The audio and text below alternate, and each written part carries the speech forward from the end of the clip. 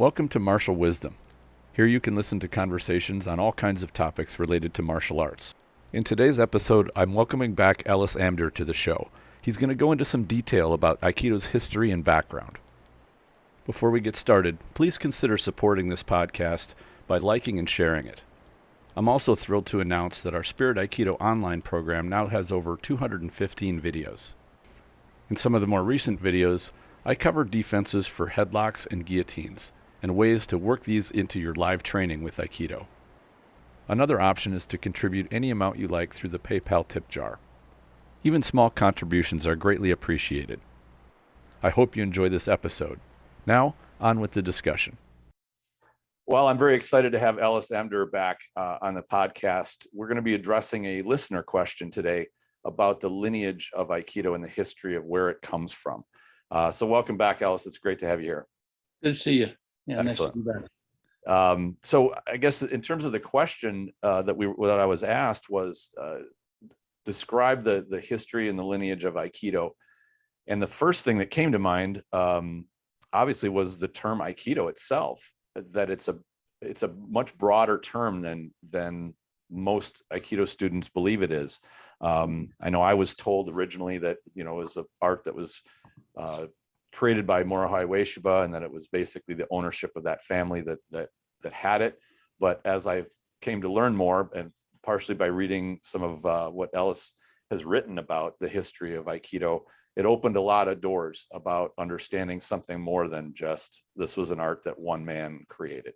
So maybe you could get started on the origin of the word Aikido. Well, it's complicated and simple. And perfect.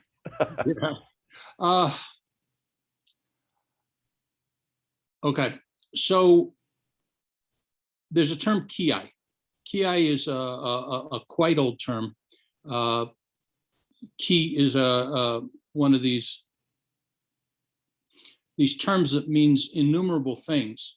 And rather than that being sloppy, it's actually wonderful that you, the fact that ki can mean energy, it can mean life force, it can mean attitude, it can mean intention, it can mean a specific description of the use of a body, all using the single term. It's, I think, one of the most wonderful things about Japanese, but even more so where it comes from Chinese language, is the connections they make between different existentials in the universe. When you look at the character ki, you basically have, in the original form, rice being cooked in a pot. And so it has this nuance of steam being one of the forms of water. You have water, steam, and ice. And so you have this term that's enormously mutable. I is a term, in its original form, it means connection.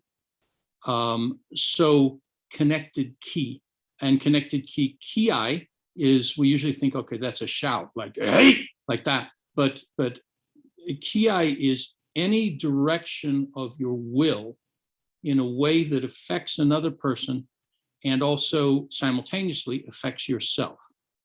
So if I'm in a sword fight and I begin to look frightened, on one level, okay, that's my emotion, which you may take advantage of. But let's say I use that as ki-jitsu, and so I am frightened, I let you see I'm frightened, but I retain at a deeper level a direction to kill you. And so because of the fright you see, you become overconfident, right? And then you step in, and as I step back in apparent fear, I cut you, right? So ki is a manipulation of yourself and a manipulation of the other person. I just saw a great MMA fight. I don't know how long ago it was, but this one guy, they were doing stand-up, and this one guy was just being destroyed. He knee kicks, jumping knee kicks to the head, punches, kicks. And when he would try to attack, he was falling short. And it was clear that his opponent was more skilled on every level and more powerful. But he had a good chin. And so he's getting battered around the ring.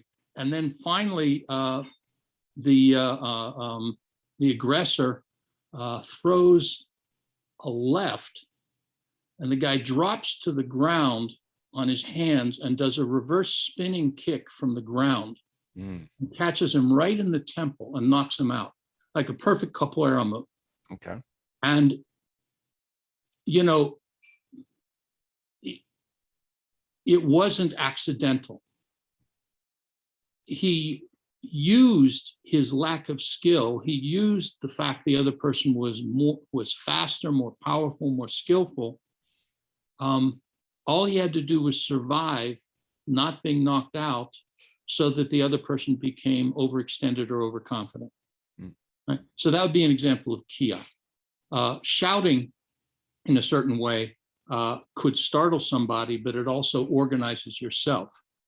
So again, these things go all over the place, all the way to this mystic idea that when you do kotodama, the sacred syllables, you affect the universe. But what you definitely do is you chant in different ways, you affect your own physical organization. And see, I go all over the place. The late 19th century, early 20th century strongmen, Albert Saxon, Arco, Maxick, the Mighty Atom, all focused on breathing. They all had breathing as a part of their courses. And they would breathe in very specific ways, which would cause tension and relaxation within their musculature, so that they could focus on particular ways of power development. So that's kiai. Every Japanese martial art, every martial art all over the world is imbued with kiai. Now, then there's the term Aiki. The term Aiki goes pretty far back.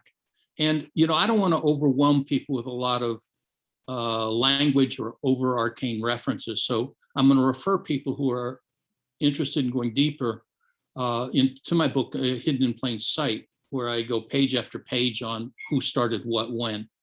But one place we start to see the term Aiki is in sword schools.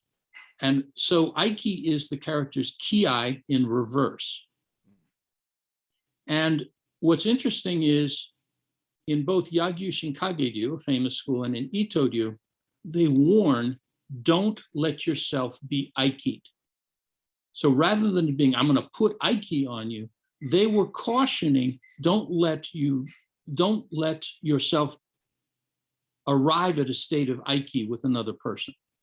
And what that would mean would be, I allow myself to start responding to your rhythm, right? And so you can see this, for example, in a good boxing match, where one boxer establishes a rhythm and the other boxer gets locked into that rhythm.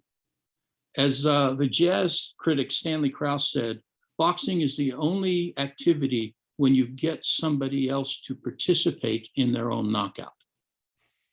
That's a good description. Yeah. Yeah. So that, you know, you hear about being caught flat-footed. What happens is I get caught in your rhythm, you start circling around, I start responding to it. And after a while, you know where I'm going to be next, because it's inevitable, because I'm stuck in your rhythmic pattern. I've been Aiki'd. And then basically you arrive at that point first. I'm stuck because I can't get out of that point. And being caught flat-footed is I'm not able to move away from the place where I'm about to be hit. So the sword masters realized this, and they talked about the last thing you want to do is be in a state of Aiki where the two of you are unified with one another, because if you are unified, the other person knows where you're going to be next. Some schools, for example, Aikido has a term Soshin, which means the same thing, different characters. And again, I'm not going to break down all the characters, but you want to put somebody in a state of Soshin where I dominate you, so you start following my rhythm.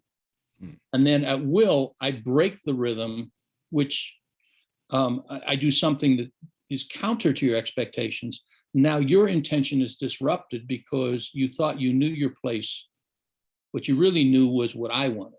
You understand what I mean by that, right? Yeah, and what you relate to, I when you talked about the strongmen who had internally that blend of relaxation and tension, I see that as having the tension between two opponents. If we establish a rhythm or let's say I draw you into my rhythm and I make you feel comfortable being there, and then I change the rhythm, that creates tension. So there's that same relaxation and tension going on between the two fighters. Yeah. And so, one term sort of leads to another. Kamai, which is stance, is a way of establishing some sort of a link or a particular relationship with someone. The way I sit when I talk with you establishes a particular dynamic, which can be unconscious on my part, or it could be very deliberate, right? These awful books on how to succeed in business tell people how to take a power stance or all that kind of stuff. That's kamai. It's nothing, Okay, so the term Aiki had been floating around for quite some time. Then you get, you start saying, well, what's the lineage of Aikido? You have to get into the lineage of Daito Ryu. There's new data coming out about the history of Daito Ryu, which is not firmly rooted right now as of yet.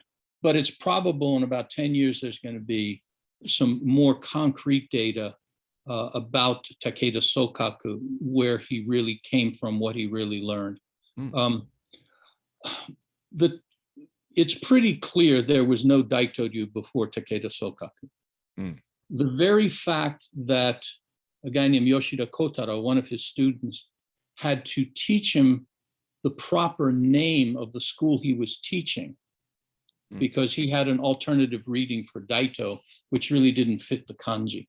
Okay. Now, were there other, because as I understood it, Daito Ryu was an Aiki Jiu-Jitsu style. Were there other Aiki Jiu-Jitsus at that time, or is that just one brand of Aiki Jiu-Jitsu? Or when did the Aiki term come into play? So that's what's tough. A lot of Jiu-Jitsu schools had, and I'm going to use the term in its broadest sense, something that we call internal strength training. Not all did. But for example, Yoshin-ryu, which was the most prominent school in Japan, the most prominent Jiu-Jitsu school, if Jigoro Kano hadn't come around, Yoshin-ryu would have basically developed what we call judo on its own. It was Jigoro Kano was the guy who caught the spirit of the age quickest and most effectively. But there was a school in Kyushu called Takenouchi Santo-ryu, which was the Yano family were like the Gracies of Kyushu, like the Gracie Jiu-Jitsu of Kyushu. And they were developing something that would have turned into something like judo. Maybe the rules would have been different. In fact, there was a Yano Takeo of that family who moved to Brazil and is one of the unsung creators of Brazilian Jiu-Jitsu. Oh, really? Okay. And he and George Gracie used to have, they probably had about 30 fights, half of which were works and half of which were honest. But Yano was the guy who brought Kimura to Brazil. So it all links together. Sure. But so Yoshin-ryu had a teaching which they called Naidiki. They had specific exercises to create a Yoshin-ryu body. And in their lineage, they assert that it was derived from Chinese martial arts practices. And Yoshin-ryu does have some connections to Chinese practices. They developed in part in Nagasaki, at least one line of Yoshin-ryu. And so the Naidiki practices are solo exercises to build up specific types of power and organization. An offshoot, which I'll get to a little bit later, is Tenjin Shinyo-ryu. And they talk about packing ki, specific breathing methods to strengthen your body in a particular way. And some of the so-called kata of Kano are actually lifted from Tenjin Shinyo-ryu. And in Tenjin Shinyo-ryu, they look like kind of a hard Tai Chi. They do these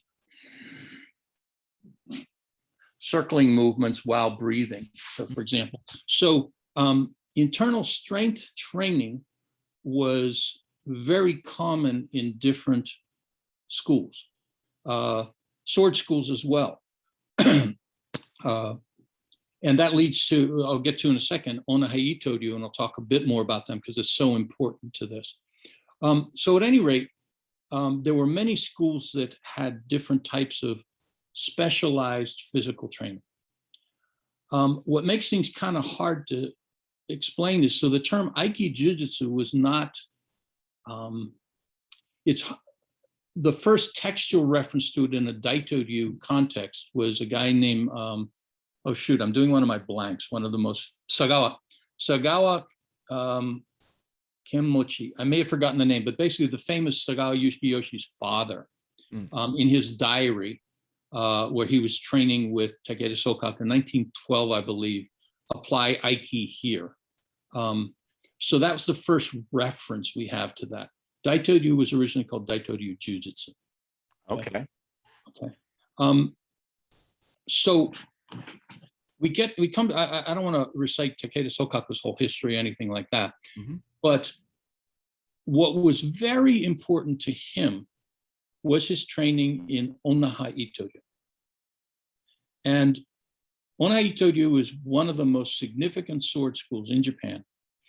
And they had very specific training in what's called kiri otoshi, which would be the epitome of irimi. Two objects can't operate the same space at the same time. And if one object has more integrity than the other, you cut through that other object as if it wasn't there. Right? And so they had very specific training where you take a kamae, and imagine I'm holding the sword out more, but you make a connection between your hara or tanden, the point between the eyes, and the point at the tip of the sword. And you would stand and just, it's like Chinese pole standing, except now specific to a sword. And all your intent is linked 1, 2, 3. And so they had this very specific training.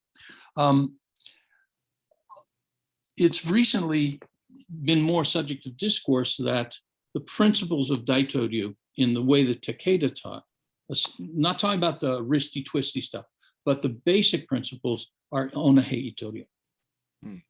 And that's where Takeda probably derived those basic principles from. There's a whole question about what jujitsu he may have studied or not. And I've had a theory. His father-in-law was a very, very famous samurai of the period right before the Meiji period developed. His name was Kurokichi and Kurokochi. God, I'm forgetting names today, so forgive me for all that. That's okay. Looking at my book. At any rate, Takeda, as a small boy, was adopted out at his father-in-law's house.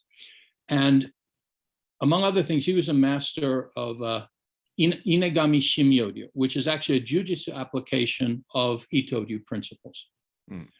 If he studied that, he only would have studied for a few years. Again, there's some data coming out which suggests the possibility he may have studied some jujitsu, I can't remember the name of the style, with the father-in-law of his first wife. But these claims are, there's been no textual support for it. The guy who claims that's this really odd guy up in, he's a hobbyist who got obsessed with Daito Ryu history. His books are all over the place. So it's hard to tell where he gets his information. Okay. But at any rate, Takeda had to have studied something, because on a jujitsu level, his locks and things are not that different from locks from other schools, right? What Takeda, another evidence of his reliance on Itto Ryu is a very common demonstration that you see in Daito Ryu and Aikido, is the teacher in the center of a circle of people, and then they all attack simultaneously. The guy in the center sort of steps through two of the attackers, ends up on the outside, and they end up, as they pursue him, like strung like fish on a line. And then he throws them or cuts them down one by one, that Aikido multiple attack thing, which can look pretty silly sometimes. The principle makes more sense in a sword fighting sense, that you don't want to have people, 2 or 3 people attacking from 2 or 3 directions. You move in such a way that if you move in an ellipse, people begin to line up. Mhm. And if you can cut people down one by one, that makes more sense than just trying to deflect people because you haven't hurt them so they can just come back at you. And eventually they would pigpile you. But with weapons, it makes more sense. That happo bunshin, that attack on all 8 directions, is a Daito, it's a Onaha Itto Ryu technique, a sword technique, which got incorporated in Daito Ryu and then into Aikido. Mm. Okay. So Takeda Sokaku's grounding was probably the principles of Onaha Itto Ryu, which is irimi. Aiki is a very subtle application of irimi. That just, for example, just at the moment the person grabs, you are at an angle, they grab down, and then you come up. You see Okamoto Seigo doing that, Right. The Kodokai really specialize in this Aiki Age or Aiki Sage. These kind of movements, they're getting inside a person's space. Now, how are you able to do that? In theory, at least, you've trained yourself in such a way that when you move your body as an integrated unit. And if the other person isn't an integrated unit and you apply that to a sort of a weak spot, an opening, your 180, 200, whatever weight you have is all applied through that single point to a point that's not unified. And so that creates the open. So you create a kind of kazushi through contact. That would be one way to think of Aiki. Okay, so Takeda Sokaku, and these things are relevant to Aikido because elements of this is what Takeda would have taught his students, including Ueshiba. He's alleged to have studied Shinkage Shinkage-ryu. Okay. Now, what's interesting is sword schools at the end of the 19th century and 20th century were doing a primitive version of kendo. Most of what they did was shinai fighting. In fact, when Sakakibara Kenshi, who was the great leader of Shinkage Shinkage-ryu, when he died, his successor had to go to some other senior students to learn all the kata. Because Sakakibara's dojo was primarily doing gekiken, which means aggressive sword, which is basically early kendo. They were doing shinai fight with armor. Okay. So the kata, so it's probable that what Takeda largely did at Shinkage Shinkage-ryu was not the Shinkage Shinkage-ryu training, and they do incredible breath training. They have these kata where there's 4 kiai based on the 4 seasons with very heavy boken, coupled with breathing. They have this tanden with monstrous boken. They look like roof beams. And you have to, it's almost carries you backward when you try to do a cut. And so you have to keep your body unified. I doubt very much that Takeda did much of that. He would have been a youth. The young people were doing mostly this gekiken. Most of the early stories about Takeda, he's touring around with the shinai, challenging one school after another. Kenjutsu was getting homogenized at the probably the mid 1800s onward. Daimyo were basically, I think it was the Annaka feudal domain. The instructor went to Edo, Tokyo. There were 50 ryuha. And he said, I'm coming back in 6 months. I expect there to be 1 school when I come back. It's interesting, the word Koryu that many people are so admiring of. Koryu was actually kind of a term of insult back 200 years ago, because it meant, brah, do you spar? Okay. In other words, all you guys do is kata. Right? You've never tested yourself. Now the Koryu people say, kind of a familiar concept to our modern times, huh? It's never changed, never changed. And the Koryu guys are saying, we're doing pattern drills and you have deviated so far from combat principles with your overly long split bamboo armored body cells. What you're learning isn't relevant to fighting, right? Back and forth it goes, right? Our techniques are too deadly for the ring. I love it. Right? Times change, but they don't really change that much. Not at all, not at all. And, if nothing else, the one thing that was, 2 things that were apparent in the Meiji Revolution was the conspirators unified through sparring. because they were swordsmen from different areas, more like different countries. Their dialects were so different, it was hard to understand each other. The different kata, how did they train together? The fact that they could put on armor, agree to some rules, and spar together meant that they could know each other in a way that they couldn't if they're just sitting around talking kata. Absolutely true. And I've experienced the same thing myself. It happens in those regional differences. You find out deficiencies you didn't know you had, and you That find too, yeah. you also find valuable things that you haven't trained yet, and you learn that way. So it's beneficial. Process. And one of the most fascinating stories that illustrates this, and in detail, it's in my book, Old School. So there was a very famous sword school called Maniwa Nen-ryu that's been passed down from the Higuchi family. I think it's 24 generations.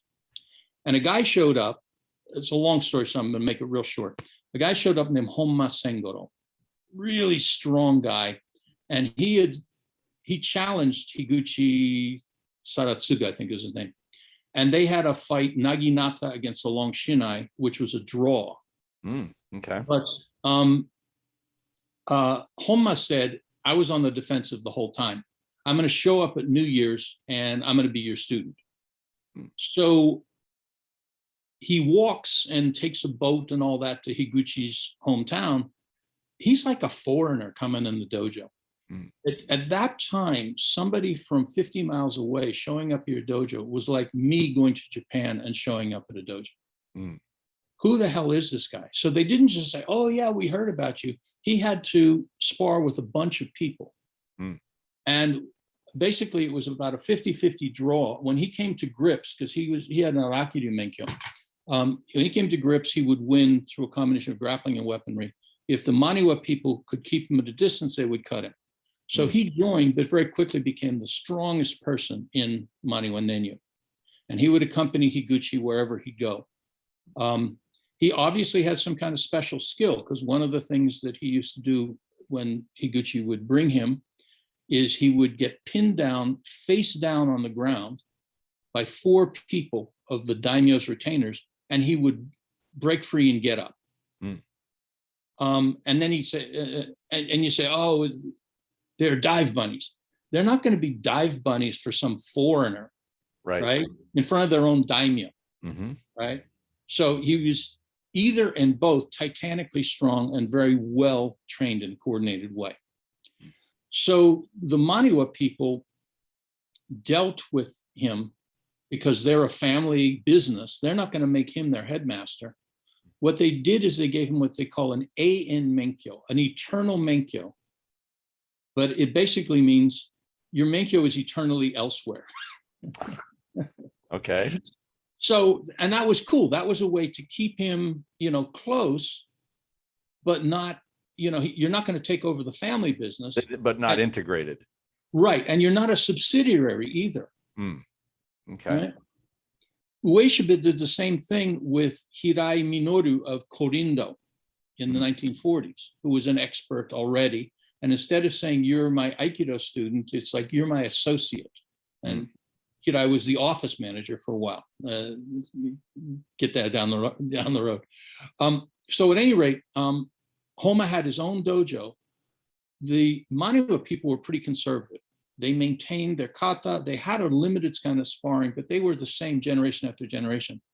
Honma's sons started going to Tokyo and studying different forms of Itto-ryu, which were the cool schools of the day. They were doing sparring. They were doing a lot of stuff with Shinai.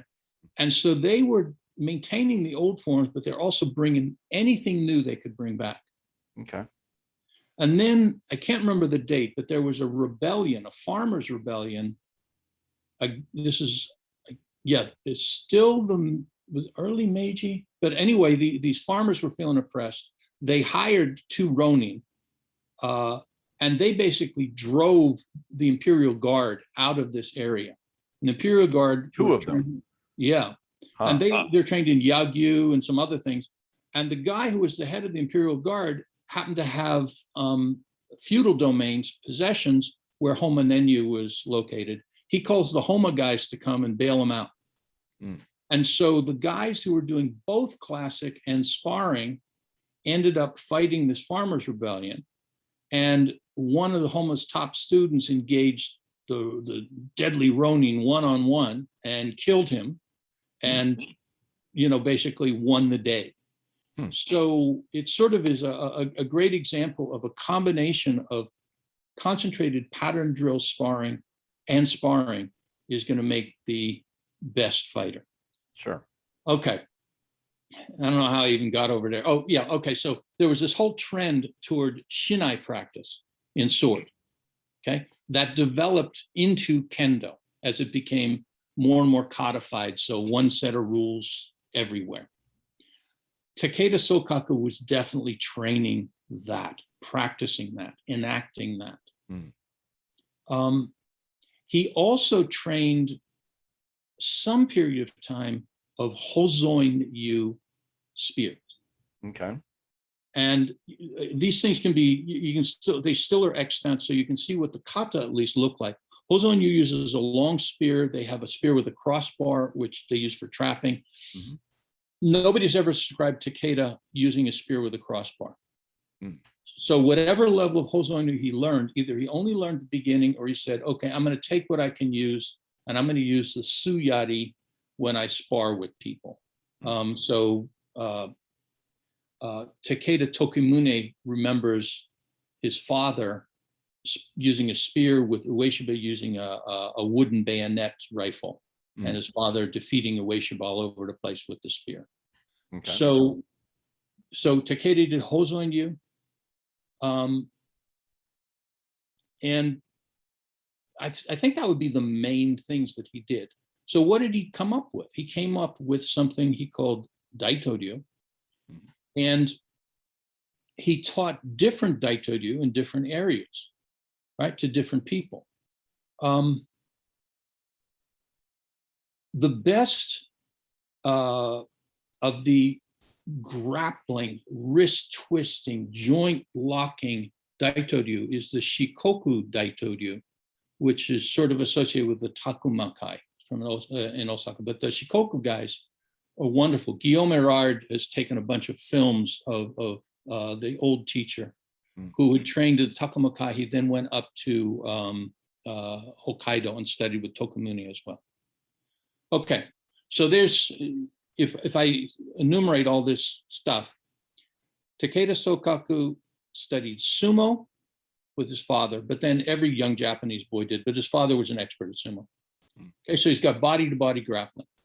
He studied some sort of jujitsu, which is more arm-locky kind of grappling. He studied Onaha Itto Ryu, and there probably is where he got the principles of what we call Aiki, which he turned on his head.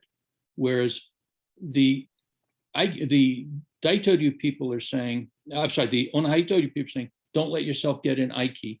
And Takeda's saying, I'm going to put you in a state of Aiki with me through the use of my body, through the use of my trained body. I'm going to get you in a position that when you take hold of me, at that instant, there will be kazushi applied to you.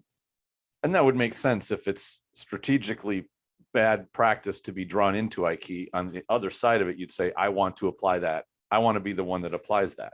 Right. It's logical. And so at the moment of contact, ideally, I'm going to be at a position of disadvantage. Okay. I'll be destabilized. Okay, so then we go to Ueshiba. So, the party line has, said Ueshiba studied in detail a number of different martial arts and things like that. But let's break down what he actually studied. When he was a young man, probably 17 or 18, he went to Tokyo to make his fortune. It's some kind of clerk or something like that. The thing people have to understand is, although there's sort of vague claims that Ueshiba came from a warrior caste, Bushi lineage, he didn't. In fact, his nephew described that when Ueshiba later presented himself to the family dressed up in haori and hakama, saying, I'm going to go to Tokyo and be a martial arts instructor, everybody started laughing because the idea of a farmer being a martial arts instructor was funny to everybody. Mm-hmm. So, but nonetheless, he started studying with a guy named Tozawa Takisaburo. Mm. And this is how things get confused. Ueshiba Kishomaru, when he wrote his father's diary, said he studied with Tobari Takisaburo, who was a very famous guy who did Kito-ryu Jujutsu. Mm. But Ueshiba didn't. He studied maybe 2, 3, 4 months with Tozawa Takisaburo, who was a teacher of Tenjin Shinyo-ryu. Mm. So the first martial art that Ueshiba did was several months of Tenjin Shinyo-ryu. Mm. Now, Tenjin Shinyo-ryu is, number one of the 2 main roots of judo. Mm. It's got hip throws. It's got a lot of joint locks. The question is, in those 2, 3, 4 months, what would Ueshiba have learned? Right.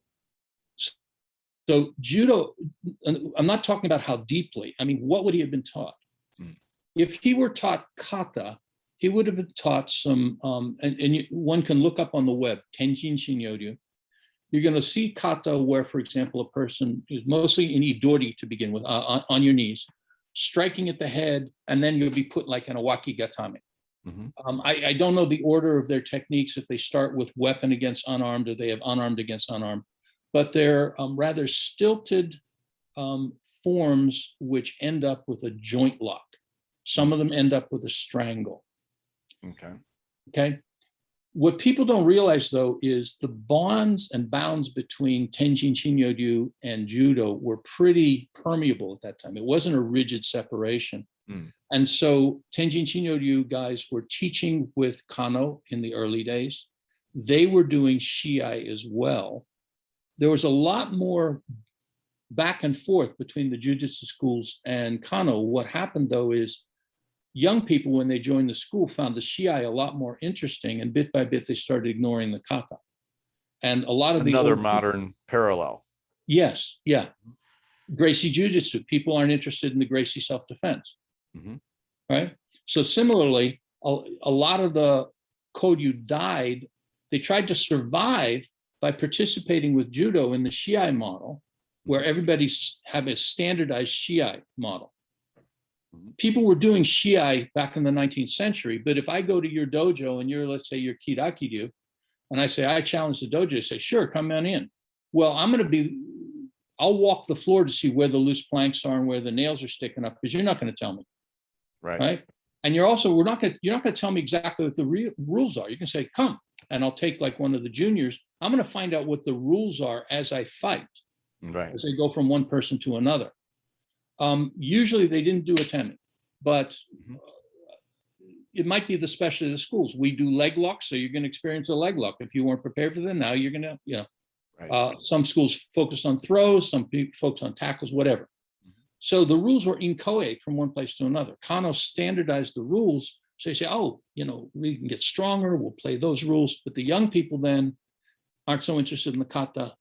And, in 1900, if you went to a jiu-jitsu school, a Tenjin Shinyo-ryu school, you would be doing some sparring, you would be doing kata. Today, most of the jiu-jitsu schools only do the kata, and the sparring is left to judo. There are exceptions to that, or some schools will both be a classical jiu-jitsu and a judo school. Okay, so there are different ways that's handled.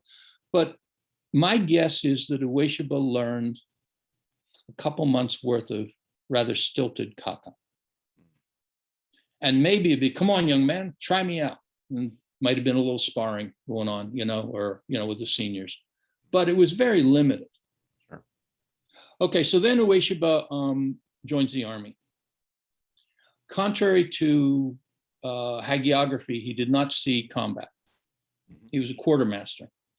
But he was athletic, and he was real good with juken, juken is the Japanese form of bayonet fighting. And you train with a modified sort of kendo-looking armor with the lead shoulder is well padded in armor. Okay. And you've got a kendo mask. The mokuju, wooden ju in this case is bayonet, so wooden bayonet, but it's really a rifle replica with a long bayonet theoretically on the end of it. But it's just going to be. I've seen pictures of those. It's like a carved piece of wood with a ball on the end of it. Yeah, yeah. And you can see pictures of Ueshiba practicing. Classical Jukendo guys now say, oh, he's wrong here, he's wrong there. Okay. Right. At any rate, he was considered, so the stories go, pretty expert with the bayonet. Mm-hmm. And he was stationed on the continent for some period of time, but he's also stationed in Japan. And while he was in Japan, he started going to a town called Sakai, and he started studying Yagyu Shingan-ryu. Okay. And people hear Yagyu and immediately think of Yagyu Shinkage-ryu, which is the famous elegant sword school. Yagyu Shingan-ryu, there's several branches of this. The branch that he studied is very brawny. If anybody's curious about that, if you look up on YouTube, just type Shingan-ryu and also type in Arakido, ARAKI-DO. And you're going to see the kind of grappling that Ueshiba learned. So it was a grappling-based school as opposed, or hand-to-hand versus weapon? They have weapons, but the preliminary level is grappling. And the thing I can definitely attest, because I loved Yagyu Shingan-ryu. There was a teacher there that had I stayed in Japan, I would have definitely asked to study with. His name was Fujisada. He wasn't the main teacher, Muto. Fujisada was a judo man, 6th dan in judo, and his calves were about this big. I mean, just, what a brawny, wonderful guy. And I loved his sword, which is, there's nothing of Yagyu Shingan-ryu's sword in anything Ueshiba did. Nothing in their staff. Okay. So I think the likelihood is, since we see no elements of that, and you do see one element of Yagyu Shingan-ryu taijutsu in Ueshiba's art, which is Ueshiba's koshinage, where you're perpendicular to the body. Right. John Driscoll, in particular, tried to do a complete survey of Daito Ryu technique versus Aikido technique. And he only found that the Aikido classic koshinage is the only technique he couldn't find in Daito Ryu factions, but you definitely find in Yagyu Shingan-ryu. Okay. So I was curious, with that hip throw being that judo is probably the premier hip throwing art of the modern arts, that they don't have that one in there. I thought that was a curiosity. Well, the thing is that judo is based on an idea that you always want to have at least 3 points of contact. So if I'm going to do a judo ogoshi, I've got this arm, I got this hand around the hip, and my hips are on your thigh. That's 3 points of contact. The Aikido koshinage is really closer to 2 points of contact. That's true. Right? You're grabbing the wrist, and you sort of bump the hip under, and there's more distance between you. It's, I think of it more as a trip with the hip. You get the person, in theory at least, overextended, and you bump their hip just when that position. So it's much more dependent on perfect timing. Right? It definitely is, especially if you don't want to try to muscle somebody up onto your hips and roll them over. It's right. There's a lot of dynamics going on there. Yeah, yeah. So I always thought that the technique should not be called koshinage, it should be called koshikake. Kake means to apply a trip, right? So it's just you're chipping them as they go over. So Ueshiba trained in theory, 2 or 3 times a week for 3-4 years, and not every week because he's still in military service. So again, he was given the first ranking, Mokoroku, the first ranking in Yagyu Shingan-ryu, and it wasn't signed. And a lot of people made a big deal out of it, thinking that's suspicious. But in a lot of schools, you had to pay for your menkyo. And if Ueshiba didn't happen to have money, and sometimes if the teacher had to, I have this dilemma, I can't write menkyo for my own students, and so we have to pay somebody to do that. And if I were to pay somebody for each menkyo I gave students, I'd be broke, right? So I say to the students, I'm going to rank you regardless, but if you want this actual certificate, you have to pay the scribe for that. Right. And depending on how it's mounted, this can be a very expensive thing. So I think it's more likely that Ueshiba, either he didn't have the money at the time, or he left the army and he moved back to his family's home. Parents might have said, time to come home. And he hadn't got it signed. He'd received it, but he hadn't got let's say he got it from a scribe, and he hadn't brought it back to the teacher for the hanko. And he just, for one reason or another, didn't get back to Sakai City for this teacher to certify it. Sure. But I don't think there was anything nefarious about that. So what do we got so far? We got Ueshiba's how much do you think? I would suggest, again, anybody's curious, go onto YouTube, look up Tenjin Shinyo-ryu Kata. Imagine you trained, having never done martial arts before in your life, maybe done a little sumo, trained 2 or 3 months. How much would you learn? Okay. Right. Then go to Yagyu Shingan-ryu, and you got now a guy who was in the military, and now he's going 2 or 3 times a week to this brawny grappling school. So he's learning something about the use of the body, no doubt. Okay. So then the next thing is Ueshiba goes back home. He's been discharged from the army. He doesn't have a job, and he had a nervous breakdown. And it's unclear to me how many years they are. Of course, everything becomes legend. So he's described as, going through the hills, fighting with the Tengu, or studying Joe or whatever. But basically, he had a kind of a collapse, and it's not uncommon in young people facing adulthood, right? It's like, what am I going to do with my life? It's particularly, I'm out of the army. I'm at a loss. He did not suffer from post-traumatic stress disorder, which again, if you start mythologizing and saying he saw combat and all this stuff, you could maybe make a case for it, but he didn't see combat. I'd heard that he was part of a group that was captured and was looking at being executed. Is that true? That happened far later. That was later. Okay. Yeah, that was in 1924. So anyway, he's home and sort of having a breakdown, and his father must have been a pretty bright guy, because what he did is he contacted the Kodokan and hired a judo teacher to come to wherever the heck they were to set up a little judo dojo so his son could train judo.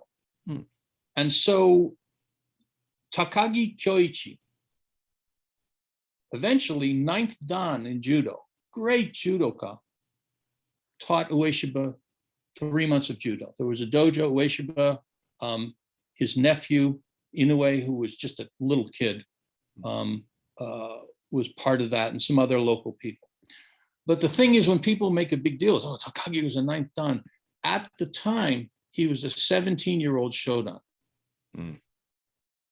So, he was just a pretty raw kid himself, teaching some older people and all that. And so Ueshiba had a little bit of judo. That's it. Okay. So that was 1911, just a few months.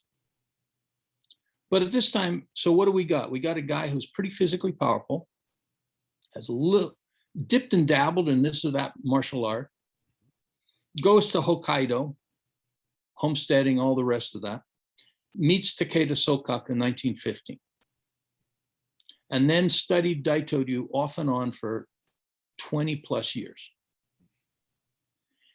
For a while, the Ueshiba family is saying he studied 10 days. And Stanley Pranin debunked all of that.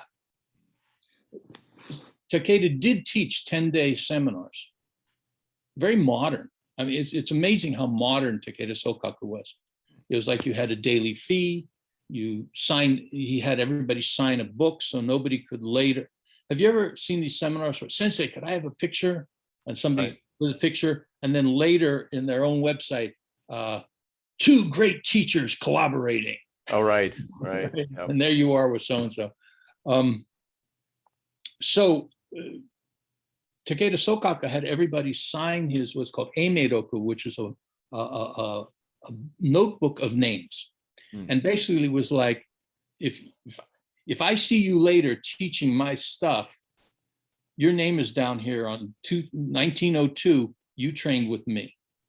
right? So it was a sort of intellectual property protection. Okay.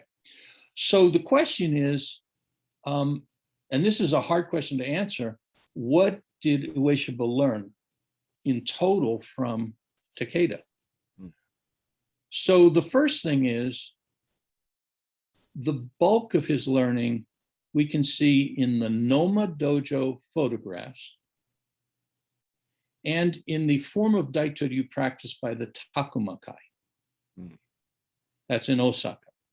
And the reason I assert this is, when Ueshiba was supplanted by his own teacher, Takeda Sokaku, he said, of course, he put down a student. Ueshiba wasn't very good, but he taught you the basics, so I'll go on from there. So the Takumakai has a set of notebooks, which actually photographs that they, after class, they would photograph what they learned, so they had a record of it. Okay. And the first 6 books are Ueshiba stuff. I think it's 3 more books or 5 more books, I can't remember which. Those books are what Takeda Sokaku taught. Although part of it, one of those books is women's self-defense and one is police stuff. So that was stuff that the teacher Hisa Takuma, that he added. So, but if you compare the Noma Dojo and you look at what the Takumakai are doing, it's a pretty tough, brawny jujitsu style. You know, if you look at the Takumakai and then you look, for example, at the Kodokai, if you weren't told they're the same Daito Ryu, you'd never think it. Okay. Yeah, because there's the Kodokai and its offshoot, the Roppokai, is so ethereal looking. They're studying this thing of Aiki on touch to such a rarefied degree.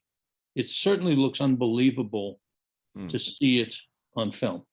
Okay. I mean, it looks like the most dive bunny stuff. And since I've never felt it, I can't attest one way or the other, to be honest with you.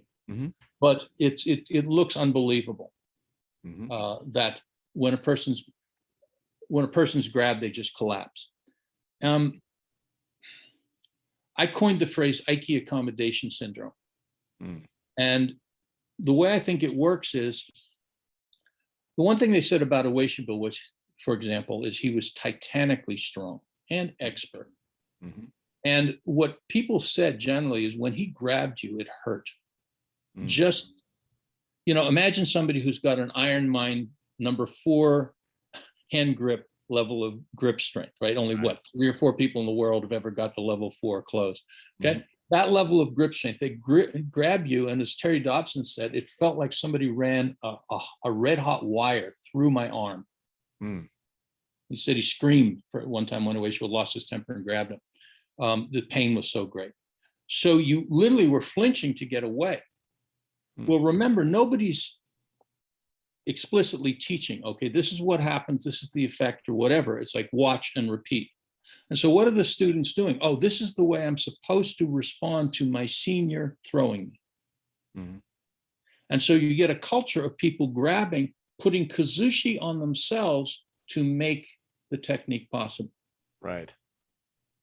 And, you know, there's this famous story about Ueshiba stomping in the dojo. That's not my Aikido.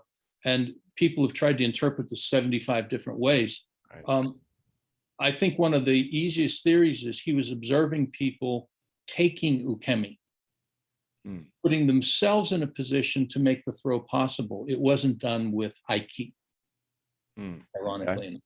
Okay. Aikido, not done with Aiki. Okay, so Ueshiba did learn the more jujitsu side of Daito Ryu.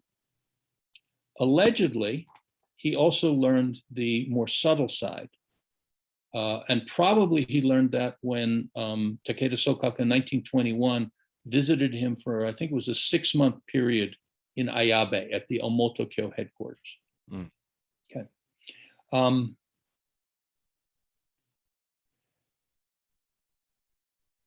Ueshiba is described as, people would say, when I grabbed him, I felt like my power was sucked out of me. And people, if you've ever had an experience of putting hands on somebody like a really good judoka, and you can't quite feel their form. They're moving in such a way that you can't quite hold.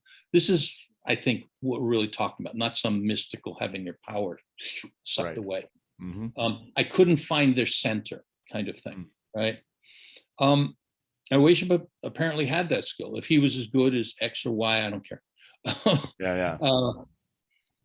So he learned some principles of Itto-ryu sword, because he learned that happo bunshin, that multiple attack kind of scenario. Apparently, he sparred with Takeda with a spear, and maybe a spear against Juken, because after Takeda left, his Ueshiba Kishomaru describes his father practicing incessantly with a spear in the garden and stabbing a tree so deeply that when they moved out, they had to leave the spearhead behind because it got broken off in the tree. Oh, okay. Some people who were in the know asserted that Ueshiba was a marvelous spearman, but I don't know what any of that means. He was certainly strong, and he used to do that feat of strength where he would stab a bale of rice and heave it with the spear. I mean, that takes a tremendous amount of power, no doubt about it. But did they see him spar or fight with a spear, or did they see those kind of feats and see how quick and adroit he was and say, oh, he's a good spearman? I don't know. Okay, so he learned a little bit of the principles of spear. Okay. He did not learn Onaha Itto-ryu sword from Takeda. He might have learned some principles. And the proof of that is when you look at the film of Ueshiba in 1936, doing sword, in the Osaka film, he's terrible. I'm sorry, I've heard that before too, and I think it was Erard that was talking about that with some other. I could be mistaken on that. There was discussion from some of the high-level Kenjutsu folks, and they're like, "Oh, it doesn't look good." No, because he's got a kendo footwork, and I think already his Nakakura Kyoshi was in the dojo. He was a famous kendo guy who married Ueshiba's daughter for a few years. But when Ueshiba cuts, he's on the balls of his feet. And when he cuts, he arches his back and his chin comes up like this. So he's, sorry, let's see if I can push this away from me a little bit. He pushes the sword out, arches his back, and his chin comes up. Biomechanically, that's terrible. Okay. He was quick on his feet, but that's terrible. So, and it's not the way they cut in Itto. Okay. So that's 1936. Okay. So now there's two other components that people talk about with Ueshiba. So the first is, among his students was, I think he ended up an admiral or a commander. His name was Gozo Shioda. Gozo Shioda was a Yagyu Shinkage-ryu swordsman. He was a Menkyo. I believe he was associated with Takeda before he was associated with Ueshiba. And that to me is interesting because people did that. There were several others who started with Ueshiba, started with Takeda, moved to Ueshiba. So they either did not consider him inferior or they considered it a more congenial environment to be around. I don't know. Anyway, when a few moments ago, I had mentioned that Ueshiba hosted Takeda at Ayabe, at the Omoto headquarters, and probably learned some Hozoin-ryu spear. Well, there, Takeda gave Ueshiba I forgot. Anyway, gave him the certification to teach. I'm having one of those days I don't remember certain words. That's quite all right. Yeah. And then he also gave him a scroll, which is a Yagyu Shinkage-ryu scroll, which is called the Shindikyo, which means shoe offering bridge. I don't know why, but that's what it's called.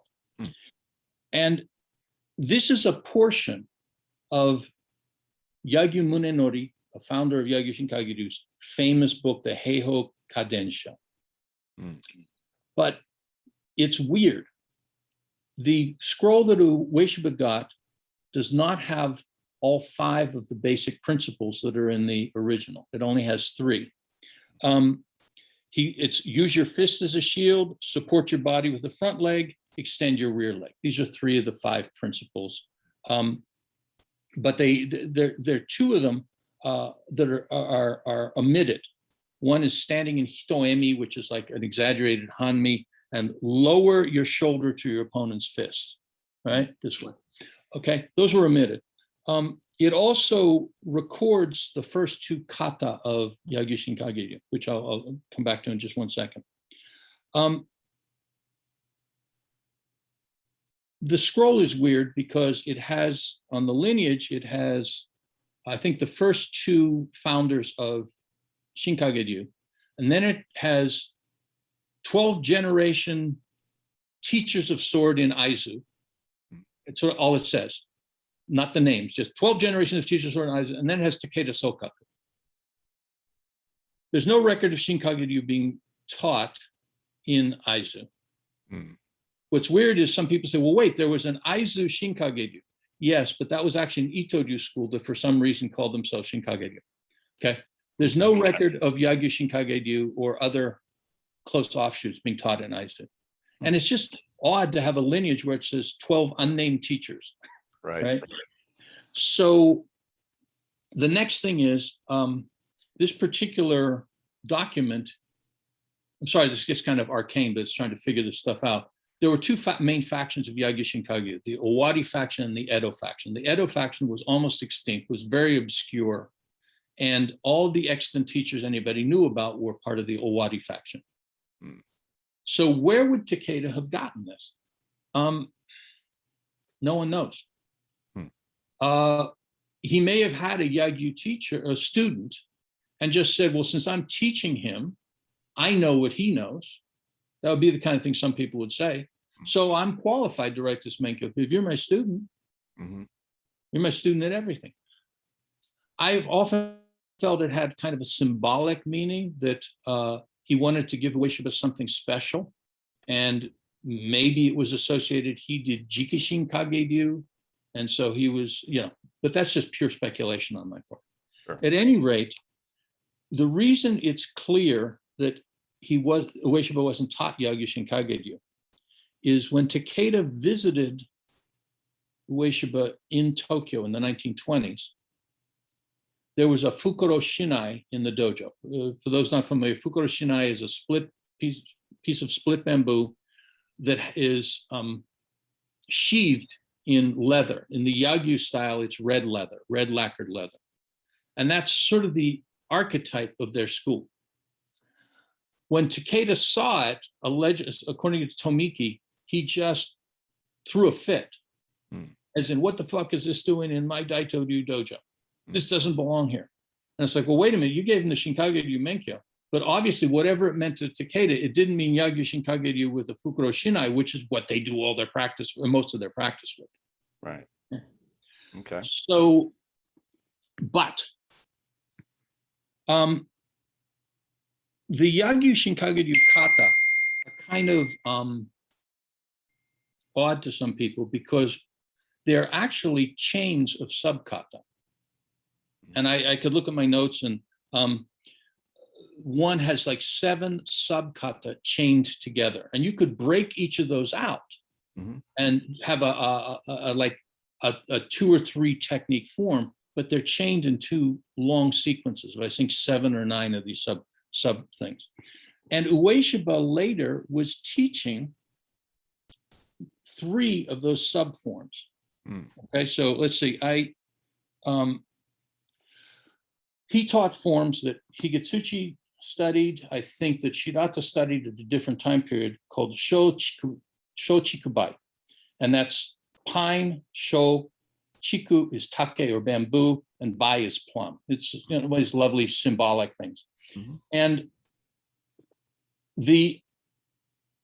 each of those forms were associated with the circle, the square, and the triangle, which Ueshiba was very enamored with. And so the 3 kumitachi forms of sho, chiku, bai were modifications of the sho is a form called kaboku, which is the 4th sub-kata from the metakata kuka no tachi. Chiku is zante zettetsu. It's the second subkata from the Sangaku-en no tachi. Don't remember this, you won't. And bai is ozume, the seventh subkata from kuka no tachi. So he took three of the subkata and said, these are the epitome of which I'm trying to teach. And he taught those to Tomiki, not that he ever got very good with sword, to Shirata, who was pretty competent with a sword, and at a later period in a later place, taught them to Hikitsuchi. Okay. Okay. Mm-hmm. So what I'm kind of piecing together here, both with Takeda and with Ueshiba, is they assembled from many different sources, essentially what they wanted to teach, rejecting some things, compiling them. And something that it seems like is it really that what we now call today Aikido should probably be called Ueshiba-ryu Aiki Jiu-Jitsu or Ueshiba-ryu, because that is sort of what his family lineage has taken ownership of, where they've omitted some things, they've collected their curriculum the way that they would want to have it, but it's certainly not all encompassing of what was Aiki Jiu-Jitsu or even Aikido at the time in the 40s and 50s. There was,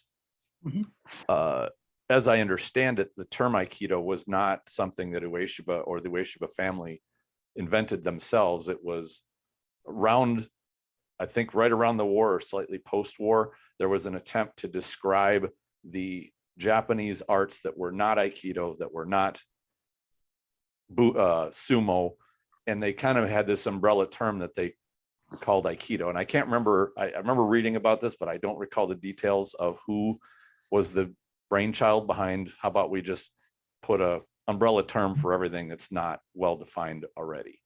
Okay. So let me put that right over here. I'll get to that. Perfect. Okay. Yeah. Okay. So one other thing happened, which was the Kodokan, for various reasons, had a traditional martial art research academy. And just one thing was an attempt to preserve old Koryu that would be lost. Another, Kano was trying to derive from some of these older arts things that were useful for judo. He wanted to have an organized atemi. He wanted to make a mixed martial art, but he couldn't see how to do that without it conflicting with his social aims. He didn't want to create a brutal art. And punching people in the face is frankly brutal. But he was enamored with stick and staff work. And so Shindo Muso-ryu Jo was taught in the Kodokan. Katori Shinto-ryu was taught, and three prominent Aikidoka, Mochizuki, Sugino, and Murashige, all studied various lengths of times of Yagyu Shinkage-ryu through the Kodokan Research Academy teachers. Several teachers of Kashima Shinto-ryu also taught there. Okay, so first distinction, there's a Kashima Shinyu that's separate. Okay, this is Kashima Shinto-ryu. Kashima Shinto-ryu can be seen on YouTube, but the last fully educated headmaster died without teaching his son the whole curriculum. His son, I may still be alive or may be dead right now, but with the help of the seniors of the school, tried to put it all together, but many things were lost. But at any rate, two Shihan from the Kodokan Research Institute would be traveling back to Ibaraki. I believe that's where the Kashima Shrine was, where they were. They would drop by Ueshiba's dojo. They taught Ueshiba Kishomaru and starts with an A, but I forgot his name. One of the Zenzaburo, one of the senior members of the school at the time. And Ueshiba was watching. His signature is there in the books, but it was considered unseemly for a father and son to be studying as equal students. At least they considered so. So he watched, and it was about a 2-year process.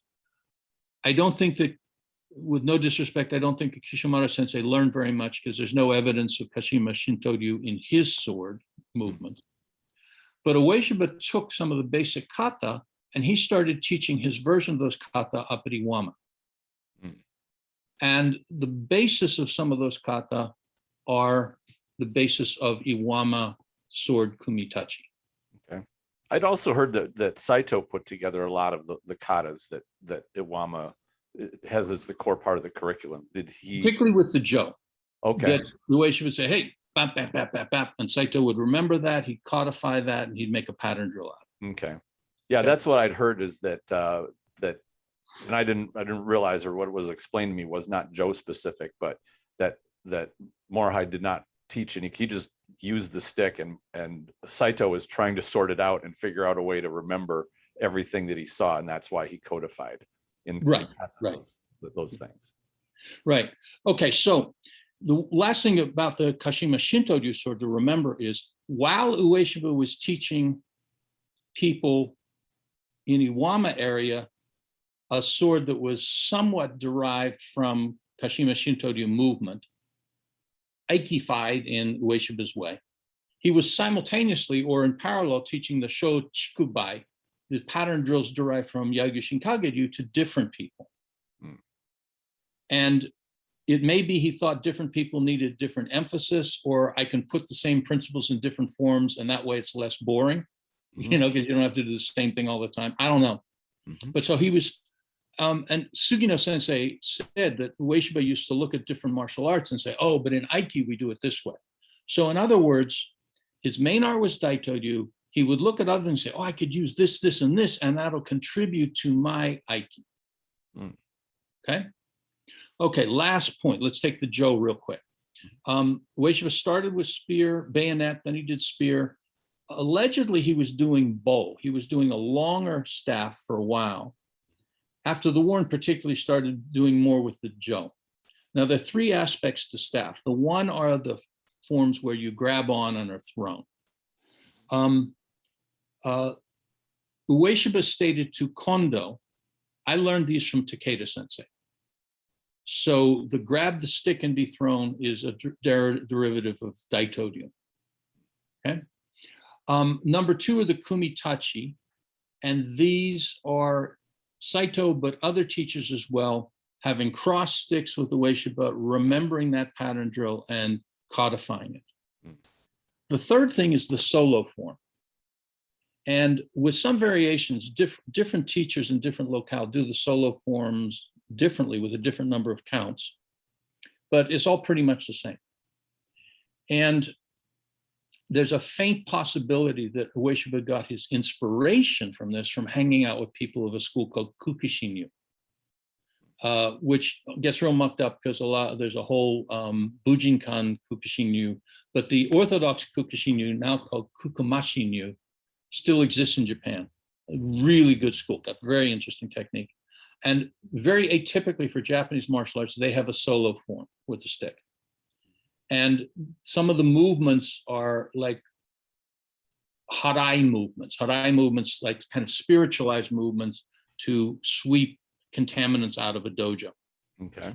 So I think it's possible that Ueshiba got some inspiration from Kukushinyu. But what became really clear to me is two things. Sometimes Ueshiba's solo stick was called kaguramai. That's a dance for the gods. It's a purification dance. And a couple of years ago, I was in Kamakura and I saw some Shinto priests doing a ritual to Bishimonten. There's a deity of the sea. And they had a hoko, which is an archaic spear. They just had a spear replica. It's about the length of a jo with a little golden spear tip. And they were doing movements straight out of Ueshiba's jo. It's stunning. What I think Ueshiba did is he pretty much took Shinto ritual movements and re-martialized them. He put the virility back in these movements, whether they were there to begin with or not. But he took what was originally a dance for the gods and made it a warrior dance for the gods. And that's his staff form. Okay. All right. So then that's Ueshiba's sort of weapon history and martial training history. To the question you asked about the name. Okay. The Ueshiba family was unfair to Takeda Sokaku. The reverse could also be said to be true, that one can be unfair to the Ueshiba family.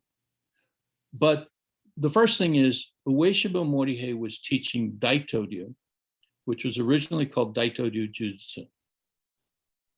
Takeda visited Ueshiba at Ayabe at the Omoto Kyo headquarters. Omoto was a religious cult sect with an incredibly fascinating, cross-dressing, charismatic con man, god man, Deguchi Onisaburo. Takeda and Deguchi hated each other. But Deguchi apparently was the one to suggest, you should call this Aiki Jujutsu. Now, it is not the first use of the term Aiki. Again, this is where this stuff can get, Sure. misrepresented. Takeda was surely using the term Aiki, apply Aiki here, here's how you use Aiki. And Deguchi says, you got to stake yourself out. If you're going to commercialize yourself, if you need brand to it, yep. Yeah, it's the brand. And probably Ueshiba had his 2 cents to add. And Takeda and Ueshiba were like a fraught father and son relationship. Yeah, I heard it was pretty tense. Yeah, but it wasn't only tense. And that's the thing. There was tension, but it's the same kind of tension with a father who wants the son to be following the family business, but it's still my business, right? Right. So Daito Ryu started being called and written about as Daito Ryu Aiki Jujutsu. Within some factions of Daito Ryu, they talk about 3 levels of technique: Jujutsu, Aiki Jujutsu, Aiki no Jujutsu, which is going to take us off. That's a technical stuff that's going to take us off the track, so to speak. Sure. Okay. So Ueshiba started doing and teaching Daito Ryu Aiki Jujutsu. He's teaching in Tokyo in the 1920s. He's teaching counter judo techniques, among other things, openly, right? Which had its own ramifications. Now, he was associated with a lot of very prominent military people. And people don't understand how this happened exactly. There was a law in the Constitution that military people could not participate in politics. Okay. What a lot of military people did is they joined Omoto-kyo, partly because I suppose they were religious, but also they weren't talking politics, they were talking religion. It gave them an opportunity to politic because they were under a religious organization. Okay. So there were a number of prominent generals and admirals who could hang out together, talk about politics, and Omoto-kyo was involved in all that. But it was in part due to the Constitution. This was an end run around the Japanese Constitution. Okay. They liked Ueshiba. They did not like Takeda. Takeda was this eccentric, autocratic, old-fashioned guy. And so in the notes of the Admiral Takeshi, it's like, what are we going to do about the Takeda problem? You know that old folk song, The Cat Came Back the Very Next Day? Thought he was, it's like how you try to drown the cat and he shows up at the doorstep the next day. You burn him, you electrocute him. He keeps showing up. That was like Takeda. He kept like the bad penny. Up. Yes. And so the generals around and admirals around Ueshiba started calling themselves the Aoi Juku, the Aoi being blue. I don't know what the symbol really meant, but it was Aoi, there's a sort of blue group. And Ueshiba started handing out menkyo, which were Daito Ryu menkyo, which were labeled Aoi Ryu. So he's still a student of Takeda, but he's trying to separate himself. Sure. Okay. At a certain point, the separation happened, and I could go on way too much about that, but there was a final split. Ueshiba started calling what he did Aiki Budo. Okay. And that, again, attempt to kind of rebrand? Yes. Okay. And the other thing is, there was a difference in emphasis. Daito Ryu Jujutsu, in a sense, when a technique is applied to you effectively in Daito Ryu, it's like you were packed in a space too small for your body to comfortably be. You're crumpled in that space. And so, properly speaking, a lot of the techniques where people are truly locked up and not through some collusion is I'm locked up because I can't move to unlock my arm because one part of my body, in a sense, is neutralizing the other. So the Daito Ryu theory that some people talk about is you crumple somebody to the ground at your feet and then you stomp them. Real simple. Okay. What Ueshiba started doing, and you can see this in the earliest films, the earliest film of Ueshiba we have now just got released from the Omoto people. It's 1934. And there's about 2 minutes of Ueshiba doing Daito Ryu. But what he's really doing is projecting throws. It's very linear. It's the Aikido we know and love today, but he's projecting people out. So in a sense, Ueshiba's innovation was to emphasize, get the person to a point of instability and then project them outward, not crumble them inward. Sure. So that was where he started to make a distinction. So he was calling it Aikibudo. So what happened as far as the name goes is there was an overarching umbrella organization called the Butokukai, which was established 1905, perhaps. And they had a kendo division, they had a judo division, some other divisions. And there was this question, what to do with schools that didn't fit within those existing divisions. Right. Okay. Now this is where, like everything else, it gets kind of murky. So Ueshiba hooked up with a younger guy. You know, his students were going off to war and all that. And a really fascinating man named Hirai Minoru started to associate with Ueshiba. And Hirai he'd studied some forms of jujitsu and kenjutsu.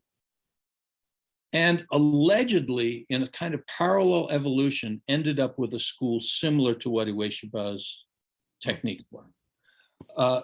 It's called Korindo, often referred to as Korindo Aikido. And it's interesting, again, YouTube, you can take a good look at some very interesting stuff. I honestly wonder what Hirai's stuff looked like before he met Ueshiba. If he had his own thing, but he started to Aikido-fy it. I don't know. But well, kind of like we were talking earlier, when you have regional differences, and you play together, you usually influence one another. Yeah. Steal each other's good stuff and tune it. Yes. And Ueshiba was older, had more prestige. And Hirai managed to get along with him well enough that he was the office manager of the Aikido dojo as people began to leave. So the Butokai was having some kind of meeting about this nomenclature. Hirai, as a representative of Ueshiba's organization, went down and agreed to start calling what they did Aikido. Now, the reason for the name change is to fit in with judo, kendo, ju-kendo, naginata do, things like that. Sure. We're all supposed to be doing the same thing. There was this real homogenation going on in Japan. Now, I'm partly responsible for, I think, the confusion about this because I wrote a couple things about it. I thought that the Aikido division in the Butokukai was the umbrella category for all Koryu Jiu-Jitsu. That's what Hirai Sensei seemed to say. But, you know, I've looked through the Butokukai records, and there's no Aikido division where inside you're going to see So Sisutsu Jiu-Jitsu Kiraku. There's nothing like that. I think it was just a brief little administrative thing that otherwise is unremarkable that Aikido and maybe Daito Ryu, it's hard to tell, is now called, you know, what Ueshiba does and what some of the other people do will now be called Aikido. Wasn't important at all. Right. It wasn't some major, you know, reestablishment, because you will not find, as I say, you find a judo bu, a judo section, a kendo section. You don't find an Aikido section with a lot of different organizations listed. Yeah, it's just Ueshiba's group was enrolled in the Butokukai, as should any martial arts organization during wartime be enrolled in the government-run organization. Okay, so it really wasn't a fight over a brand or anything like that. which it seems like as time has gone on, and now we have, Shotokan, Aikikai, now I'm blanking, Shioda's Yoshinkan. These are all Aikido, but they all kind of claim lineage to the focal point of Morehei. Right. So basically, I would consider it a minor administrative thing. You should call yourself Aikido. So the government will be pleased, and so they did. The war ends, and basically, and by the way, often Daito Ryu people refer to themselves as Aikido. Okay. And it wasn't a big deal. It's more convenient. Right. And as I understood it, even the certificates that Morehei would sign, even into the 60s, were labeled as Daito Ryu. Some apparently were. I don't know. That's what I'd heard, but I didn't know. Chris Lee dug up one certificate, which is a Daito Ryu certificate. I think that's the only one that ever been found like that. Sure. But certainly it didn't seem like the branding was a huge priority. No, and it never has been. When I lived in Japan, and I was kind of pompously, somebody say, what do you do? And I say, I do Aikido, or I do Toda-buko-ryu. What's that? Well, I might say Kenji-san. They look at me and go, oh, you mean Kendo? Right. People would correct me. It's like nomenclature isn't regarded the same way. Your name is. You don't want your name twisted. Right. But nomenclature is not as important. Right. So the war ends. Ueshiba is now doing, to whatever he's doing, he's doing Aikido. And should he have called it Ueshiba Ryu Daito Ryu? I don't think so, personally, because it's actually a mark of respect when you change something in a way that makes your own teacher less than happy. Right? To give you an example, I trained a fella in Aikido for a long time. He started teaching his own group, and I felt that what he was teaching was no longer representative of my Aikido. He's good, it's very good, but it wasn't representative, and it bothered me that he would call it Aikido, because people would say, "Oh, that's what Ellis does," and I'd be like, "No, it's not." Okay, so we agreed. I gave him a 1-generation menkyo, which means you're certified in what I taught you. And then he calls what he does Araki Shinyu, using the character for Kokoro. Now, I don't think about it. I don't worry about it. If somebody comes in, he's free of, it's like you marry out of your family, you change your names. And that brings up a dilemma, having met hundreds, if not thousands of fighters. Only rarely can I think of less than count on one hand the number of students that take on exactly how their mentor fights, or how they move, or how they do their art. Almost 99.9%, the rest are going to learn their own art, even though they learn it from that mentor, or they've learned the basics and the fundamentals, and then they start making their art their own, and it starts to look different, it starts to feel different. And when you try to put a template of one term that describes several generations of those students, or a wide breadth of those students that do different things because that's what they're well suited for, where their bodies are, or their personalities are different from their instructor, that's the dilemma of how do you explain that. And I think your description of your student is kind of that same way. Right. I mean, we find our own individual martial path, but how to stay within the quote unquote template. And then we get to, the modern age. Well, that's not Aikido. That's not Aikido. What I do is Aikido. What you do isn't Aikido. And then it gets into the bicker festival that it's so common, when it's really not of much point. Right. So you have, it's clear that nobody's doing Ueshiba Morihei's Aikido to a certain level, partly because he taught people differently, and partly because part of his Aikido was clearly, beyond a shadow of a doubt, a spiritual endeavor. And not spiritual in I love God and God is great. It's his focus was this kind of neo-Shinto idea that by gathering power into himself, he becomes a kind of avatar, he becomes a kind of deity, and that power balances the forces of the universe itself. And people can trivialize this, but it was deadly serious to him. Sure. And you know, it's a fascinating idea. See, the Chinese had this idea of heaven, earth, and man. And the way the Chinese largely talked about it is man or humanity in microcosm incorporates the forces of heaven and earth, right? The macrocosmic yin and yang, the microcosmic yin and yang right here.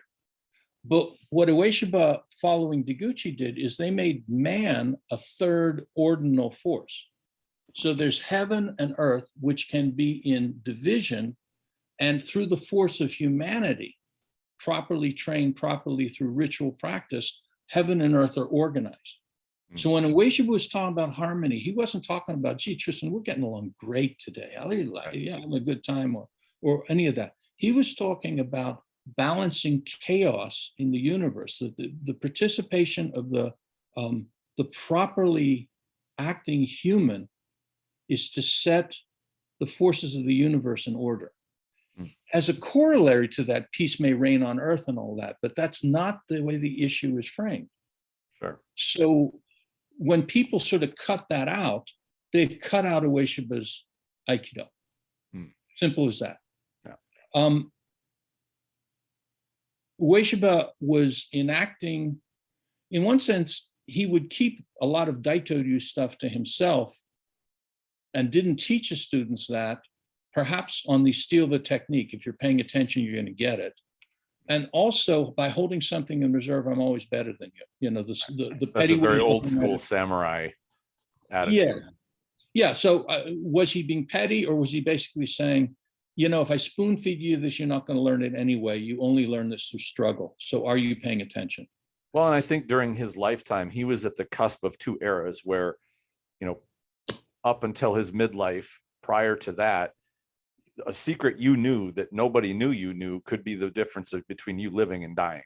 And you don't want to impart that or share your secret for fear, you know, you will not have that ability that will surprise your opponent and take them. Yeah. Whereas in our modern age, we share our martial arts. It's not we don't look at it as a life or death thing. We look at it as from a practical term of, you know, it shouldn't matter if my opponent knows how to block a particular technique. I need to know how to do it extraordinarily well, set it up properly so that I'm not counting on raw surprise in order to make my art work. And I think that's just a difference in age, you know, in eras. Yeah. And yet, you know, I still do traditional arts, and there are things that, you know, I just actually gave somebody a Menkyo, my last trip to Europe, and I taught 3 guys some essential teachings I'd never taught them before.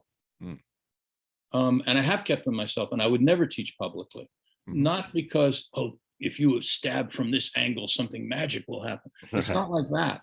Yeah. But it is a particular way of doing ki-jitsu, for example. Some particular things that it's almost like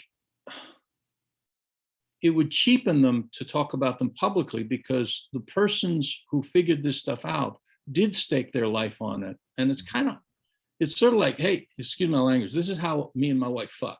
Let me show you, right? Right. You know, somebody might look at, you know, say, wow, those 2 people look like they have a really nice relationship. They got a glow about them, right? There's something going on, but you wouldn't want to hear about it. Right. Right. Okay. And, you know, in a strange way, there's an intimacy in fighting. There's an intimacy in studying this stuff that, particularly if knowledge is particularly hard won, the only reason to tell outsiders of your group about that knowledge is to show off. Wow, isn't this cool what I know? Which is different from, you know, I'm not debating against what you say, because most of the stuff in my whatever martial learning I have, I'm very open about. You know, I absolutely agree with you. But there are certain things in a traditional context I still subscribe to. I get that. Sure. Okay? And I only teach people who notice I'm doing it. If somebody's just, wow, you must be good, you beat me again, as opposed to, I can see them trying to figure it out and trying things out. Mm-hmm. It's not a reward to teach them. It's a responsibility to teach them because they're that committed to the learning, right? And ready. And ready. Yes. The vision thing is a big thing. You can't teach somebody if they don't have the vision to even see what you're proposing. Yeah. So, well, cool. Yeah, I know we've been going for about 90 minutes here. So was there anything you wanted to wrap up with? I think, a big part of what I wanted to cover was the fact that a lot of people believe that it was Ueshiba and his line that's all Aikido was. And I'm glad you went through and described some of all these different influences of not only Morehei, but Takeda and that, there were other contemporaries that came through the post-war era of other Aikido that had different names. And of course, the names are dizzying and I won't remember any of them, but just to realize that it wasn't just a one-horse show. Well, let me give you just one last bit, because I was sort of on the. So we got post-war is where people started to split off. Okay. So the first major person to split off was Mochizuki. And he may have split off even before the war. And the reason Mochizuki split off is he had his own vision. He admired and idolized Ueshiba, but he's also doing Katori Shinto-ryu. He's also a judo expert. He was studying karate, and he was trying to create a mixed martial art and did Yoseikan Budo, of which Aikido is a part. The difference is what he didn't do, like what we think of MMA today, where things are homogenized, right? You mix in the grappling with the atemi, with the whatever, right? He kept them to some degree separate, right? So you had these sections of his curriculum, right? Sure. And then you might blend them in certain ways. But so he never lost the respect of the Ueshiba family. Part of the reason, I think, is because he changed the name. Okay. Right? Because then the Ueshiba family didn't say, wait, Ueshiba Kishimoto say my senpai is better than me and is slighting me by, he's always, I support the Ueshiba family. Okay. Ueshiba was, after the war, he's kind of out of business. People are starving. Shioda, who was one of his leading students, got hired to have organized strike breakers, against sort of left-wing unions and things like that. And he had a lot of financial backing, and he started the Yoshinkan Dojo. It was Yoshinkan Aikido. He never made a break from the Aikikai. He just had a kind of administrative break. And he managed, there was kind of backhanded slagging of him, but he would always be at the Ueshiba family functions and things like that. Yoshinkan Aikido standardized a method of training, and it looks kind of rigid and programmed. And then you look up Shioda's black belt seminars. And this is where he was trying to show the subtleties. And there's this whole argument, well, he studied Daito somewhere else. I don't want to get into that. I wrote an article about it. Anyway. Sure. Okay, so you had an administrative change where he wasn't saying, I'm still doing Aikido. I'm doing a kind of Aikido. And he was accepted as doing that. Then you had Tomiki. Tomiki, and this one gets kind of iffy because, so Tomiki was a Waseda University instructor. He wanted to teach Aikido. The assertion was, the only way you can teach Aikido is in the sports department, and sports has competition, you have no competition. And he was like, oh, what the heck, I got to do competition, and therefore it developed. That's a face-saving way of describing what really happened. Tomiki had two wonderful teachers, Kano, and Tomiki saw the value of competition, and he consulted with Kano about, is there a way to integrate Aikido technique into judo, into the judo shiai? And so they were calling it arm's length judo. Okay.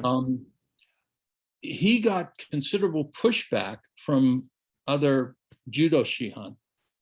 And so the only thing he was allowed to do was with some other people whose names got attached to it, but it was mostly Tomiki, the addition of the self-defense kata, the Goshin Jitsu kata in judo, which are Aiki Budo kata. And you can look up Tomiki Goshin Jitsu kata. It is rough rugged Aikido. Okay. He believed in competition. He believed in the value of competition because Tomiki felt the purpose of Budo is to protect the society which we live in, which is a modern society. People should not be doing some kind of hermetic, obsessive pursuit at the expense of supporting a family or an education. So you should do an activity that makes a fine young man or a fine young woman in your 4 years in the university in particular. And so what he found, though, is hand-to-hand Aikido competition just didn't work. And so by adding the knife as an attacker, he was trying to set up a form that would force people to do Aikido techniques against this poking object. That makes sense. And Phil Relnick, actually, among other things, a great judoka, was a Waseda student. And Tomiki brought a couple of his guys. He saw Relnick practicing judo, and he thought, that was a big guy. And he asked Phil to take ukemi and try techniques against his two students while he was developing his competition stuff.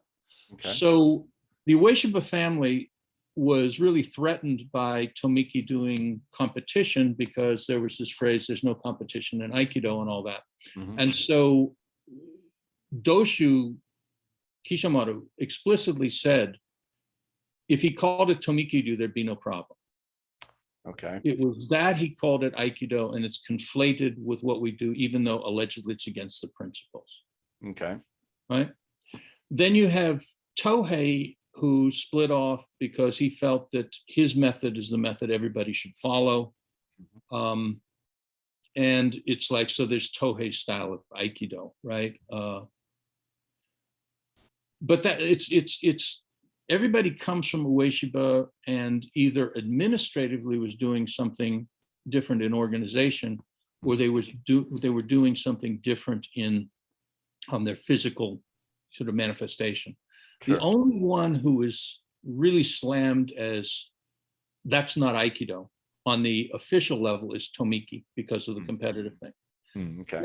Now, people in various dojos, you go to the Hikitsuchi dojo and some third kyu says to the Iwama fourth kyu, you're not doing Aikido. That's not the way Hikitsuchi sensei, that kind of silliness. Right.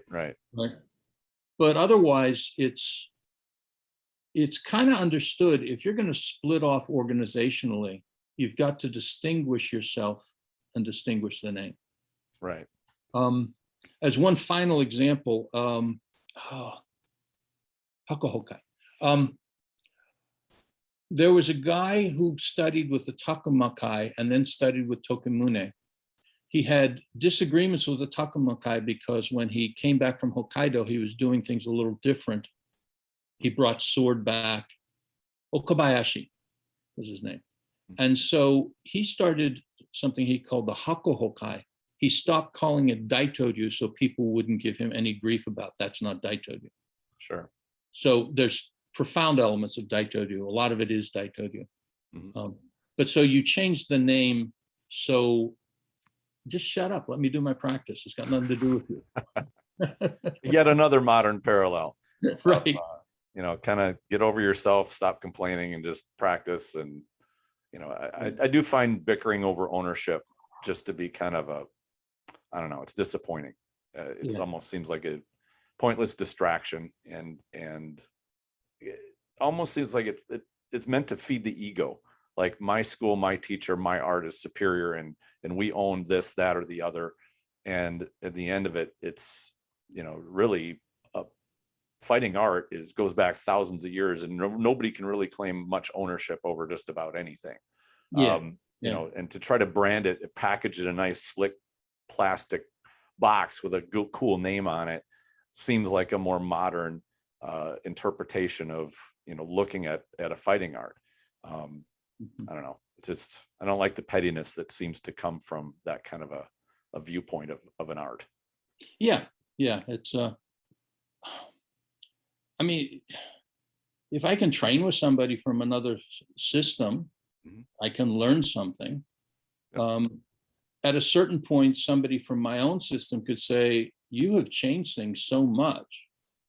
And I might agree and say, okay, I should now call it something different. And I mean, evolution and innovation are natural expressions, both personally and within art. When a instructor when a practitioner finds something of value and he teaches and mentors other people with it, and it evolves. Again, it's a thing of bickering over ownership of, well, you should be doing it now the way they did it 20 years ago. Well, what other art or science is that valid? Like, as things advance, as we learn to do more, to know more, understand better, teach better, all of things should evolve. That's just a personal thought of mine, but it's not helpful to just start bickering and say, well, it has to be the way that it was 50 years ago. Well, unless it's better. What was done 50 years ago, certainly, but to say that you are the total embodiment of what that was, that's arrogance to me. I mean, if some clearly you people have corrupted it and degenerated it, let's go back, right? But right. Yeah. I have an example in Hidden in Plain Sight. There's a Kido-ryu teacher who all of a sudden was showing up doing this remarkable technique. And one of his fellow students goes to the teacher and said, we don't know where he learned it, but it makes us all look bad. And so, because he's stronger than us now. And so they handled it by basically giving him a certificate to teach elsewhere. Sure. And so the two lines then went on separately. Me, I'd be saying, hey, would you teach me how to do what you're doing? But more, that's really what it comes down to. Like, I want a piece of that. Right. But a lot of people are like, no, it's no longer us. And he's junior to me, so it would look bad now that I learned from him and all this kind of stuff. Right. It's bad when it's the sacred cows that are being embraced over just finding out the truth and what works and to advance. Well, cool. Ellis, this has been a fantastic discussion. It got deep. I will say that this is, you threw a ton of detail, and I like hearing, all of these different things. I'm sure listeners are going to dig it too. I very much appreciate your time. So hopefully you had enjoyed this as well. Thank you. I did very much. Excellent. Well, we'll end it here, and take care of yourself and have a great rest of your day. All right. You too, Tristan. Bye-bye. Bye-bye. Thank you very much for listening, and I hope you enjoyed this discussion. Stay tuned for more episodes. I've got some great stuff on the way very soon. In the meantime, enjoy your training.